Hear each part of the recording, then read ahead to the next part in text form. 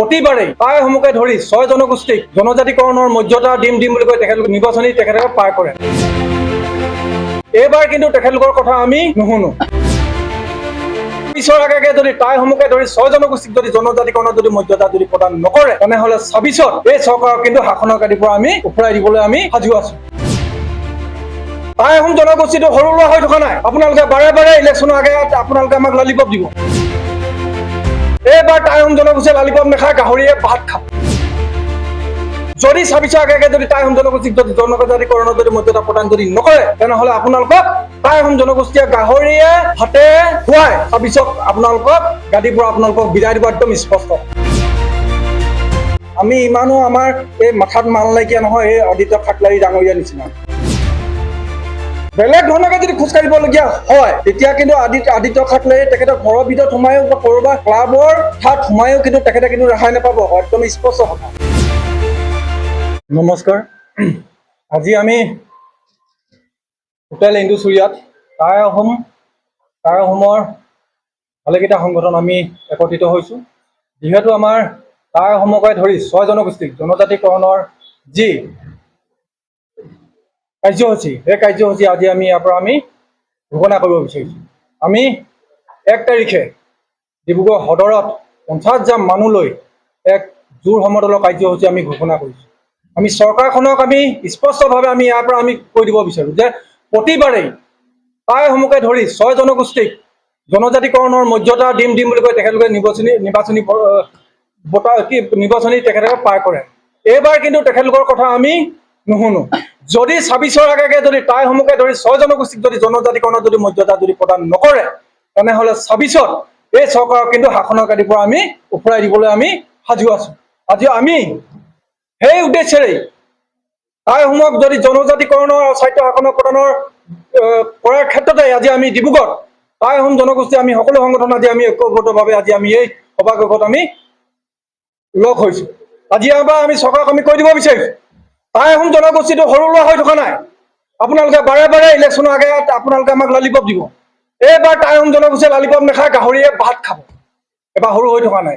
যদি 26ৰ আগে যদি টাইহোম জনগোষ্ঠীক যদি জনজাতিকৰণৰ যদি মৰ্যাদা প্ৰদান যদি নকৰে, তেনেহ'লে আপোনালোকক টাইহোম জনগোষ্ঠীয়ে গাহৰিয়ে ভাতে খুৱাই 26ক আপোনালোকক গাদীৰ পৰা আপোনালোকক বিদায় দিব, একদম স্পষ্ট। এটা কথা আমি ইয়াৰ পৰা ক'বই লাগিব, যেতিয়াই 6 জনগোষ্ঠীক জনজাতিকৰণৰ যেতিয়াই কথাটো আহে, তেতিয়াই কিন্তু এটা ক্লাবে আমাৰ আগত হেঙাৰ হৈ থিয় দিয়া আমি দেখা পাওঁ। আমি আজি ডিব্ৰুগড়ৰ পৰাই আমি সেই ট্ৰাইবেল সংঘৰ যিজন আদিত্য ঠাকলাৰী বোলাজনক আমি স্পষ্টভাৱে আমি তেখেতক কৈ দিব বিচাৰোঁ যে টাইহোম জনগোষ্ঠীয়ে যে তেখেতৰ পৰা কিবা পাৰ্মিশ্যন বিচাৰি যে আমাক যে জনজাতিকৰণ কৰিব আমি নাভাবোঁ। আৰু আদিত্য ঠাকলাৰী ডাঙৰীয়াক আমি কৈ দিব বিচাৰোঁ যে টাইহোমৰ লগতে 6 জনগোষ্ঠীৰ যিটো জনজাতিকৰণৰ যিটো আন্দোলন আমি কৰি আহিছোঁ বা আমাক দিব লাগে যিটো মৰ্যাদা, তেখেতৰ পৈতৃক সম্পত্তি নহয় যে তেখেতে আমাৰ আগত যে দিব নালাগে বুলি তেখেতে আমাক বাধা আৰোপ কৰিব। আৰু তেখেতক আমি এটা কথা কৈ দিব বিচাৰোঁ যে আপুনি যিখন চুটলবি আপুনি যিধৰণে চুটলবি কৰিছে, চুটলবিয়ে আমাৰ আগত এতিয়া পঢ়ি লাভ নাই। তেখেতে যিবিলাক কথা কৈ থাকে, তেখেতৰ আপোনালোকে চাবচোন ট্ৰাইবেল সংঘ বোলা সংঘটো যেতিয়া অসমৰ যেতিয়া জাতীয় সমস্যা হয়, তেতিয়া সেই ট্ৰাইবেল সংঘ ক'ত হৈ থাকে? আজিলৈকে আমি মাত এষাৰ দিয়া আমি দেখা নাপালোঁ। আন্দোলনেই হওক বা অন্যান্য যিয়ে আমাৰ অসমৰ জ্বলন্ত সমস্যা হয়, সমস্যাসমূহত কিন্তু এই ট্ৰাইবেল সংঘ বোলা সংঘটো ক'ৰবাত এচুকত সোমাই থাকে।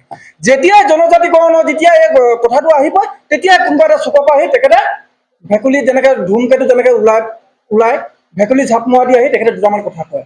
কিন্তু তেখেতক এটা কথা স্পষ্টভাৱে আমি কৈ দিব বিচাৰিছোঁ যে আপুনি যিটো পন্থা লৈছে বা চৰকাৰে যিটো পন্থা লৈছে যে আপোনালোকে এই আমাৰ যিটো জনগোষ্ঠীৰ মাজত যিটো সংঘাতৰ সৃষ্টি কৰিব বিচাৰিছে, এই সংঘাতৰ কথা আমি বুজি পাওঁ।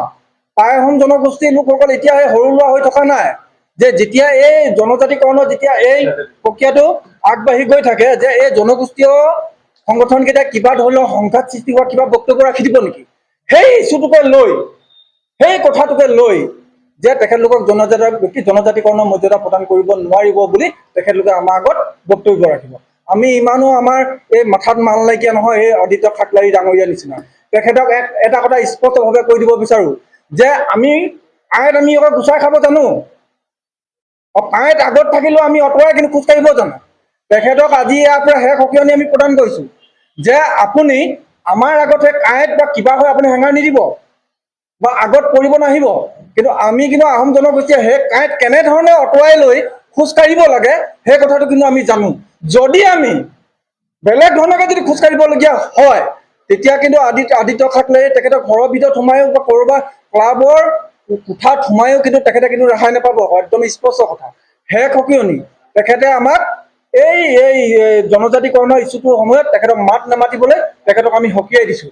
আৰু এটা কথা বাৰে বাৰে স্পষ্টভাৱে কৈছোঁ আমি চৰকাৰকো যে যিসকল জনগোষ্ঠীৰ জনজাতিকৰণৰ মৰ্যাদা তেখেতলোকে পাই আছে, তেখেতলোকৰ কিবা ব্যাঘাত বা কিবা অসুবিধা সৃষ্টি কৰি আমি কিন্তু আমাক জনজাতিকৰণ কৰিবলৈ আমি পোৱা নাই। আমি তেখেতলোকৰ যিবিলাক আছে সেইবিলাক কিন্তু তেখেতলোকক অসুবিধা হোৱাকৈ আমাক জনজাতিকৰণ কৰিবলৈ আমি কিন্তু চৰকাৰক দাবী জনাইছোঁ। এটা কথা কিন্তু এই আদিত্য ঠাকৰে জনা উচিত যে তেখেতলোকে অসমখন তেখেতলোকে সুৰক্ষা কৰিব পাৰিব নেকি? আজি টাই আহোমে যে জনজাতিকৰণ যে আমি বিচাৰিছোঁ, তেখেতে ভাবিছে নেকি মেডিকেলত 2টা চাকৰি, চৰকাৰৰ ক'ৰবাত বিভাগত 10টা চাকৰি হেৰিয়ৰ কাৰণে আমি জনজাতিকৰণ বিচাৰিছোঁ বুলি ভাবিছে নেকি? আমি বিচাৰিছোঁ অসমখন সুৰক্ষাৰ স্বাৰ্থত আমি জনজাতিকৰণ আমি বিচাৰিছোঁ। তেখেতে জনা উচিত।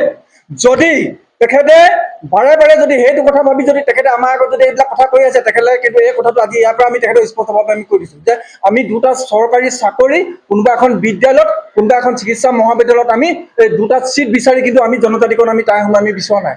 আমি বিচাৰিছোঁ অসমখন সুৰক্ষাৰ স্বাৰ্থত, একদম স্পষ্ট কথা। কিন্তু এটা কথা স্পষ্ট, আমি যদি এতিয়াই যদি আমি জনজাতিকৰণৰ কাৰণে যদি চৰকাৰক যদি আমি হেঁচা প্ৰয়োগ কৰিব নোৱাৰোঁ, কিন্তু আমি ৰাইজক আহ্বান জনাইছোঁ যে অনাগত কিমান দিনলৈ যে গুচি যাব আমাৰ এই ইছ্যুটো কিন্তু আমি ক'ব পৰা নাই। সেইকাৰণে আমি ডিব্ৰুগড়বাসীক আমি আহ্বান জনাইছোঁ, অনুৰোধ জনাইছোঁ যে অহা 1 তাৰিখে আপোনালোকে আমাৰ এই জোৰ সমদল কাৰ্যসূচীত আপোনালোকে দলে বলে আপোনালোকে যোগদান কৰক, জাতিটোৰ স্বাৰ্থত আপোনালোকে যোগদান কৰক। যদি আপোনালোকে যদি যোগদান নকৰে বা আপোনালোকে যদি অৱহেলা কৰে, তেনেহ'লে কিন্তু আমাৰ জনগোষ্ঠীটো কিন্তু বহুত পিছুৱাই যাব, কিন্তু একদম স্পষ্ট কথা। সেইকাৰণে আদিত্য ঠাকৰে ডাঙৰীয়াক ইলেকশ্যনৰ আগে আগে তেখেতক এখন চুট্টলিপি দি দিয়ে, এখন লিখি দিয়ে অসম চৰকাৰে, আৰু সেই চুট্টলিপিখনেই তেখেতে আদিত্য ঠাকৰে ডাঙৰীয়াই এই ইলেকশ্যনৰ আগে আগে তেখেতে এই চুট্টলিপিখন তেখেতে পাঠ কৰে। আৰু সেইকাৰণে আমি তেখেতক সকীয়াই দিছোঁ। বাৰম্বাৰ কৈছোঁ তেখেতক যে আপুনি বাৰে বাৰে ট্ৰাইবেল সংঘৰে এই 6 জনগোষ্ঠীৰ জনজাতিকৰণৰ সময়ত ইলেকশ্যনৰ আগত তেখেতে হেঙাৰ হৈ থিয় নিদিব, কাঁইট হৈ থিয় নিদিব। এই আহোম জনগোষ্ঠীয়ে কাঁইট অঁতৰাই কিন্তু খোজকাঢ়িব জানে। যেতিয়া নেকি আমি কাঁইট অঁতৰাই যেতিয়া নেকি খোজকাঢ়িবলৈ যেতিয়া হ'ব, তেতিয়া কিন্তু আদিত্য ঠাকৰে ডাঙৰীয়া তেখেতৰ নিজৰ ট্ৰাইবেল সংঘৰ কাৰ্যালয়তে হওক বা কোঠাটো সোমাই তেখেতে কিন্তু তত নাপাব, একদম স্পষ্ট। আৰু এই কথা স্পষ্ট আকৌ কৈ দিছোঁ মই, আহোম কিন্তু সৰু ল'ৰা হৈ থকা নাই। বাৰে বাৰে তেখেতলোকে ললিপপ দিব বিচাৰে ইলেকশ্যনৰ আগে আগে। এইবাৰ আহোমে কিন্তু ললিপপ নাখায়, গাহৰিয়ে ভাত খায়। যদি 26ৰ আগে আগে যদি গাহৰিয়ে যদি আহোম জনগোষ্ঠীক যদি ভাত খুৱাই যদি জনজাতিকৰণৰ লগতে যদি স্বাৰ্থ আগে যদি প্ৰদান নকৰে, তেনেহ'লে আহোম জনগোষ্ঠীয়ে এইখন চৰকাৰ কিন্তু গাহৰিয়ে ভাতে খুৱাই 26ত ইলেকশ্যন গাদী খোৱা তেখেতক কিন্তু একদম খুৱাই দিব, একদম স্পষ্ট। ধন্যবাদ আমাৰ সাংবাদিক বন্ধুসকল, সকলোকে আমি টাই আহোম ছাত্ৰ সন্থাৰ তৰফৰ পৰা ঔদ্যোগিক অভিনন্দন জ্ঞাপন কৰিছোঁ। আজি হোটেল ইণ্ডোষ্ট্ৰিয়াত আমাৰ এক সৌহাৰ্দ্যপূৰ্ণ আলোচনাৰ মাজেৰে আমি টাই আহোমৰ কেইবাটাও সংগঠন লগ হৈ কেইবাটাও গুৰুত্বপূৰ্ণ প্ৰস্তাৱ আমি গ্ৰহণ কৰিছোঁ। তাৰ ভিতৰতে ইতিমধ্যে আপোনালোকে জোৰ সমদলৰ কথাটো গম পাইছে। তাৰপাছতে আমি ডিব্ৰুগড় জিলাৰ অন্তৰ্গত প্ৰায়বিলাক আহোম অধ্যুষিত অঞ্চল প্ৰতিখন গাঁৱলৈ আমি আচলতে ৰেলী কৰি আমাৰ প্ৰতিনিধিসকল যাব, গাঁৱে গাঁৱে আমাৰ ৰাইজৰ আচলতে জনজাতিকৰণৰ বিষয়টোক লৈ ৰাইজসকলক আচলতে কিয় যে আমি চৰকাৰক এই সময়ত আচলতে প্ৰতিবাদ কৰি আমি আচলতে আমাৰ অধিকাৰটো আজৰি আনিবৰ বাবে আমি যে মাতষাৰ মাতিব লাগে, তাৰ বাবে আমি সজাগতামূলক এক ৰেলী আয়োজন কৰিছোঁ। আৰু আহোমৰ প্ৰতিখন গাঁৱত আচলতে গৈ গৈ আমি ঘৰে ঘৰে জনজাতিকৰণৰ সপক্ষে প্ৰচাৰ চলাবলৈ আমি আজি এই সভাই প্ৰস্তাৱ গ্ৰহণ কৰিছোঁ। আমি জোৰ সমদলটো ডিব্ৰুগড় সদৰতে ঠিক কৰিছোঁ, আৰু বাকী জোৰ সমদলটোৰ কাৰণে আমি যি প্ৰচাৰ চলাম, সেই প্ৰচাৰৰ বাবে আমি প্ৰায় 50খনকৈ গাড়ী আৰু লগত বাইক লৈ আমাৰ যিসকল বেলেগ বেলেগ সংগঠনৰ আৰু টাই আহোমৰ সংগঠনৰ সদস্য আছে, সকলোৱে আচলতে গোটেই ডিব্ৰুগড় জিলাখন দুদিনৰ ভিতৰত ঘূৰি আমি প্ৰচাৰটো চলাম, ৰেলী কৰিম। তাক পৰৱৰ্তী পৰ্যায়ত আমি 1 তাৰিখে জোৰ সমদল কৰিম। তাৰ পৰা আমি বিজেপি চৰকাৰক ভোট দি আমি জিকাইছিলোঁ যে আমাৰ জাতিটোৰ স্বাৰ্থত তেখেতসকলে কাম কৰিব, জনগোষ্ঠীসকলক আচলতে যি মৰ্যাদা, জনজাতি মৰ্যাদা, সেই মৰ্যাদা দিব। কংগ্ৰেছ চৰকাৰ থাকোঁতেও এইজন তাত মন্ত্ৰী আছিলে, এতিয়াও তেখেত ইয়াৰ মুখ্যমন্ত্ৰী হৈ আছে।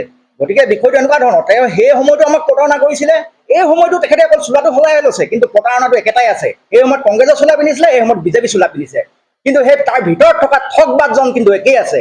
অসমৰ মুখ্যমন্ত্ৰীয়ে সেই সময়তো থাকিছিলে কংগ্ৰেছ দলত থাকোঁতে, আৰু আজি অসমৰ CM হৈ থাকোঁতেও 6 জনগোষ্ঠীক তেখেতে প্ৰতাৰণা কৰিছে। আৰু এই প্ৰতাৰণা কেৱল 6 জনগোষ্ঠীৰ ৰাইজক নহয়, তেখেতে প্ৰতাৰণা কৰিছে অসমৰ ৰাইজক। 6 জনগোষ্ঠী জনজাতিকৰণ হোৱা হ'লে আজি অসমখন সুৰক্ষিত হ'লে, ভূমি অধিকাৰ খিলঞ্জীয়াৰ হাতত থাকিলে হ'লে, ৰাজনৈতিক অধিকাৰ খিলঞ্জীয়াৰ হাতত থাকিলে হ'লে। এই মহৎ বিষয়বিলাক তেখেতে বুজি নাপায়। আদিত্য ঠাকলাইৰ দৰে এজন ৰাজনৈতিক দালালক তেখেত এটা চুকৰ পৰা উলিয়াই দিয়ে, যাতে আমাক তেখেত জনজাতি যিসকলে মৰ্যাদা বিচাৰি আছে চৰকাৰৰ পৰা, তেখেতসকলক যাতে বিৰোধিতা কৰে। আদিত্য ঠাকলাইৰ নিচিনা ৰাজনৈতিক দালালক এই সময়ত উলিয়াই দিয়ে। গতিকে এনে কাৰ্যকলাপবিলাক কোনে চলাই আছে যদি অসমৰ ৰাইজে জানে, অসমৰ আটাইতকৈ চলাহী মন্ত্ৰীজন কোন জানে। গতিকে এনেকুৱা ধৰণৰ সৰু সুৰা কথাবিলাক ইছ্যুবিলাক উলিয়াই তেওঁ পুনৰবাৰ যদি আমাক জনজাতিকৰণৰ পৰা প্ৰতাৰণা কৰিব বিচাৰিছে, ইয়াৰ প্ৰত্যুত্তৰ আমি 26ত দিম, আৰু ইমান ধুনীয়াকৈ দিম, তেখেতক খুৱাই বুৱাই ব্ৰহ্মপুত্ৰত আমি উটুৱাই দিম। ধন্যবাদ প্ৰশ্নটো সোধাৰ বাবে। আচলতে চৰকাৰে এই 25 নৱেম্বৰ বুলিয়ে নহয়, ইয়াৰ আগতো বহুতবাৰ আচলতে সেই ললিপপ দি থৈছে যে এইবাৰ বিধানসভাত উত্থাপিত হ'ব। ইতিমধ্যে মন্ত্ৰীগোট গঠন কৰি দিছিলে আমাৰ জনজাতিকৰণৰ বিষয়টোৰ ওপৰত আচলতে বিলখন পাছ কৰাবলৈ, কিন্তু তেখেতসকলে কৰিলে কি, আজি তাৰিখত আমাক প্ৰতাৰণাৰ পিছত প্ৰতাৰণা কৰি গৈ আছে। গতিকে এইবাৰ আচলতে শেষবাৰৰ বাবে আমি তেখেতসকলক সকীয়নি দিছোঁ, যদিহে এইবাৰ টাই আহোম জনগোষ্ঠীয়ে জনজাতিকৰণ নাপায়, বিজেপি চৰকাৰখনৰ অসমৰ খিলঞ্জীয়া ৰাইজে কিন্তু বিজেপি চৰকাৰখনক ব্ৰহ্মপুত্ৰত উটাই দিবলৈ বাধ্য হ'ব। এই কথাবিলাক বিজেপি চৰকাৰ শাসনাধিষ্ঠ বিজেপি চৰকাৰৰ মন্ত্ৰীসকলে, মুখ্যমন্ত্ৰীজনে নিজকে মুখ্যমন্ত্ৰী বুলি কয়, তেখেত অসমৰ আটাইতকৈ শক্তিশালী মানুহ বুলি তেখেতে নিজকে স্বীকৃতি দিয়ে। তেওঁ যদি ইমানেই শক্তি আছে, অসমখন বচোৱাৰ স্বাৰ্থত তেখেতে 6 জনগোষ্ঠী জনজাতিকৰণ কিয় কৰিব নোৱাৰে, এই কথাটো কিন্তু আজি দেশৰ ৰাইজে চাই আছে। ইয়াৰ প্ৰত্যুত্তৰ কিন্তু অসমৰ খিলঞ্জীয়া ৰাইজে আপোনাক দিব।